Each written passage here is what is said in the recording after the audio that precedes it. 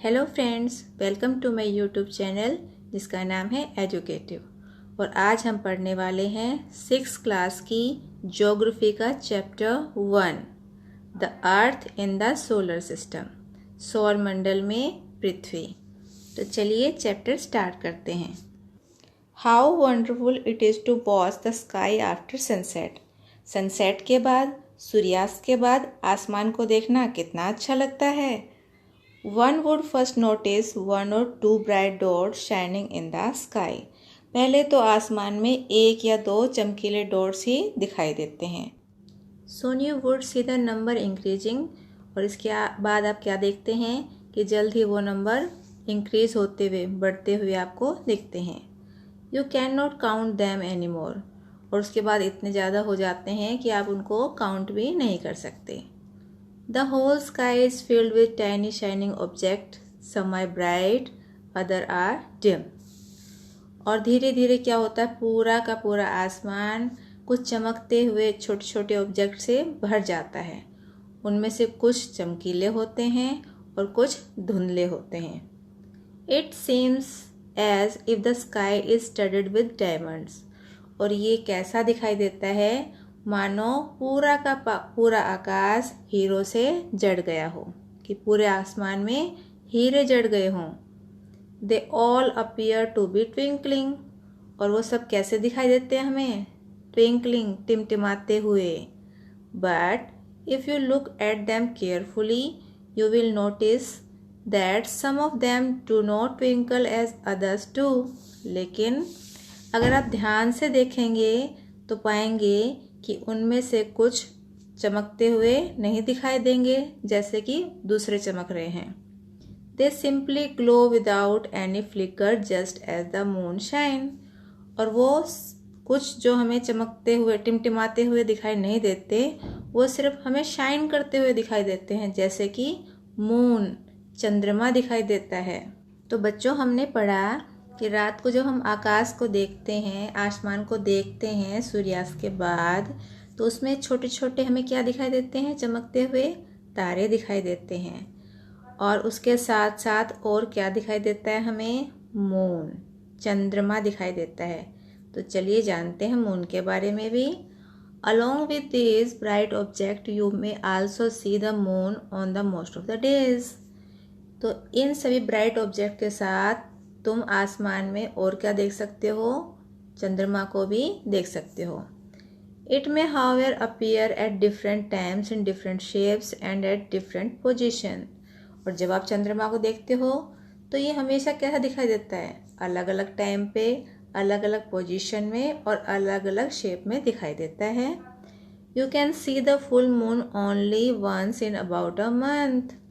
और full moon, जो पूरा चांद होता है, उसको आप सिर्फ मंथ में एक ही बार देख सकते हो।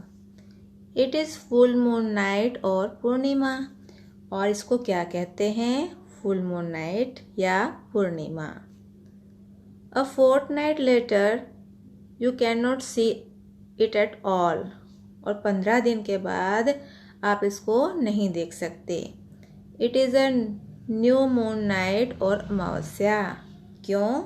क्योंकि इस रात्रि को हम क्या कहते हैं, न्यू मून नाइट या अमावस्या। On this day you can watch the night sky best provided it is a clear night. और उस दिन, किस दिन बच्चों, अमावस्या के दिन आप रात्रि के आकाश का अच्छे से अवलोकन कर सकते हैं अगर आसमान साफ है तो। Do you wonder why can't we see the moon and all those bright tiny objects during daytime? बच्चों, क्या आपको इस बात पर आश्चर्य होता है कि हम दिन में मून और बाकी के जो टैनी ऑब्जेक्ट्स हैं उनको क्यों नहीं देख पाते? It is because the very bright light of the sun does not allow us to see all these bright objects of the night sky. ऐसा इसलिए होता है क्योंकि जो सन की लाइट होती है बहुत तेज़ होती है और वो हमारे आँखों तक उन ऑब्जेक्ट की लाइट को पहुँचने नहीं देती, जो कि हमें रात्रि में दिखाई देते हैं।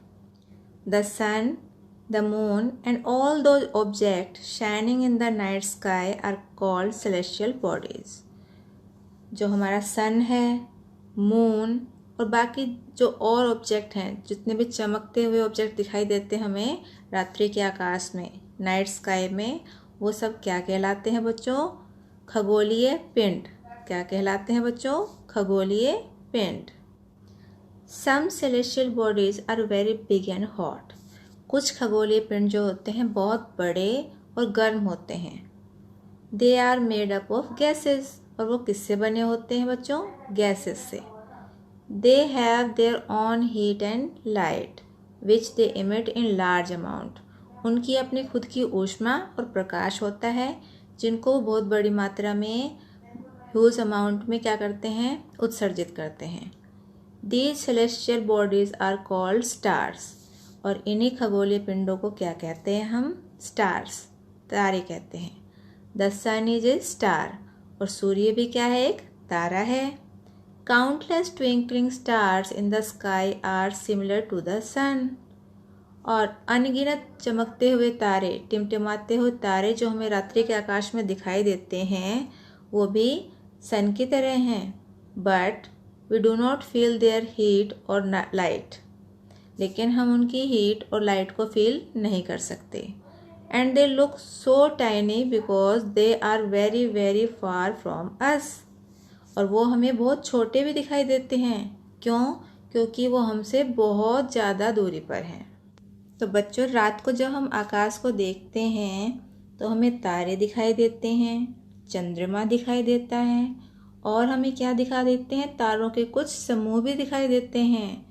तो चलिए जानते हैं वो तारों के समूह क्या होते हैं। उनको कहा जाता है बच्चों कॉन्स्टलेशन। क्या कहा जाता है बच्चों? कॉन्स्टलेशन। इसका मतलब है हिंदी में तारामंडल, यानी कि तारों का समूह।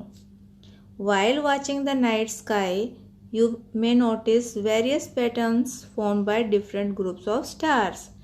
रात्रि के आकाश को अगर हम देखते हैं तो उसमें क्या दिखाई देता है? बहुत सारे तारों के पैटर्न्स बने हुए दिखाई देते हैं। These are called constellations.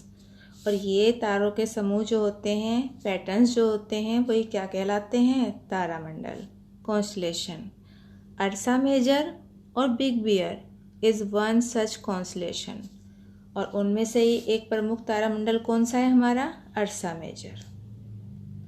One of the most easily recognizable constellation is the Saptarishi. और जो आसानी से दिखने वाला तारामंडल है आकाश में, उसका क्या नाम है बच्चों? सप्तऋषि तारामंडल। It is a group of 7 stars. ये देखिए, ये है सप्तऋषि तारामंडल। ये क्या होता है? 7 तारों का समूह होता है, group of 7 star. 1 2 3 4 5 6 7 that forms a part of Ursa Major constellation. और ये मिलकर क्या बनाते हैं? अर्सा मेजर जो कॉन्स्टलेशन है, तारामंडल है, उसका एक भाग को बनाते हैं। Ask someone elder in your family or neighborhood to show you more stars, planet and constellation in the sky. अगर आपके घर में कोई बड़ा है या कोई नेबरहुड में है, पड़ोस में है, तो आप उससे कह सकते हैं कि वो आपको आसमान में और स्टार्स और प्लैनेट और कॉन्स्टलेशन दिखाए। ये देखिए, जो ये सप्तऋषि तारामंडल होता है, इसकी शेप आपको कैसे दिखाई दे रही है? अगर इसको ज्वाइन करेंगे तो ये देखिए ऐसे करके ऐसे, और ये स्पून की तरह दिखाई देगी आपको। तारामंडल के बाद जानने के बाद अब पढ़ते हैं पोल स्टार के बारे में। पोल स्टार क्या होता है बच्चों? उसको कहते हैं ध्रुव तारा। क्या कहते हैं? ध्रुव तारा। तो चलिए स्टार्ट करते हैं। In ancient times people use to determine direction during the night with the help of stars. पुराने समय में जो लोग थे वो डायरेक्शन का पता लगाने के लिए किसकी हेल्प लेते थे? स्टार्स की। स्टार को देखकर ही वो पता लगा लेते थे कि ये कौन सी डायरेक्शन है। The north star indicate the north direction. और जो नॉर्थ स्टार होता है वो कौन सी डायरेक्शन को इंडिकेट करता है? कौन सी डायरेक्शन को बताता है? नॉर्थ डायरेक्शन को। नॉर्थ यानी कि उत्तर दिशा को। It is also called the pole star. और ये नॉर्थ स्टार ही क्या कहलाता है बच्चों? पोल स्टार, ध्रुव तारा। It always remains in the same position in the sky. और ये जो पोल स्टार है ये हमेशा सेम पोजीशन में ही रहता है। अगर आसमान में इसको आप देखोगे तो ये हमेशा एक ही पोजीशन में रहता है। We can locate the position of the pole star with the help of the Saptarishi. और हम इसकी लोकेशन को किसकी हेल्प से लोकेट कर सकते हैं? सप्तर्षि तारामंडल की हेल्प से। Look at figure 1.1. You will notice that if an imaginary line is drawn joining the pointer star and extended further, it will point to the pole star. अगर आप नोटिस करेंगे कि अगर ये जो इसके पॉइंटेड स्टार हैं, ये क्या हैं? पॉइंटेड स्टार हैं किसके? सप्तर्षि तारामंडल के। इनको अगर आप आगे तक इमेजिनरी लाइन से जोड़ते जाएंगे, ये देखिए यहाँ तक जोड़ते लाएंगे तो ये किसको इंडिकेट करेगी? नॉर्थ स्टार को। किसको इंडिकेट करेगी? नॉर्थ स्टार को। और नॉर्थ स्टार ही क्या कहलाता है? हमारा pole star. Some celestial bodies do not have their own heat and light. कुछ जो खगोलीय पिंड होते हैं उनकी अपनी लाइट और हीट नहीं होती, यानी कि उनका अपना प्रकाश और ऊष्मा नहीं होती। They are lit by the light of the stars. और वो किसके लाइट से चमकते हैं? स्टार की जो लाइट होती है उसी से चमकते हैं। सच बॉडीज आर कॉल्ड प्लैनेट्स। और इन्हीं पिंडों को क्या कहा जाता है? प्लैनेट्स। क्या कहते हैं बच्चों? प्लैनेट्स।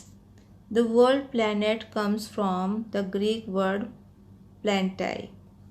और ये जो वर्ड है प्लैनेट, ये किससे आया है? ग्रीक भाषा के शब्द प्लैंटाई से आया है, विच मीन्स वंडरर्स, जिसका मतलब क्या है? वंडर्स, यानी कि घूमने वाला। The earth on which we live is a planet. और हम सब जानते हैं कि जो अर्थ है, पृथ्वी है जिस पर हम रहते हैं, वो भी क्या है? प्लैनेट है, ग्रह है। It gets all its heat and light from the sun. और जो पृथ्वी है हमारी, ये भी लाइट और हीट किससे लेती है? सन से, सूर्य से। Which is our nearest star, जो कि हमारा सबसे पास का तारा है। कौन? सूर्य। If we look at the earth from a great distance, say the moon, it will appear to be shining just as the moon. अगर हम बहुत ज़्यादा दूरी से अर्थ को देखेंगे तो ये भी हमें कैसे दिखाई देगी? मून की तरह चमकती हुई दिखाई देगी।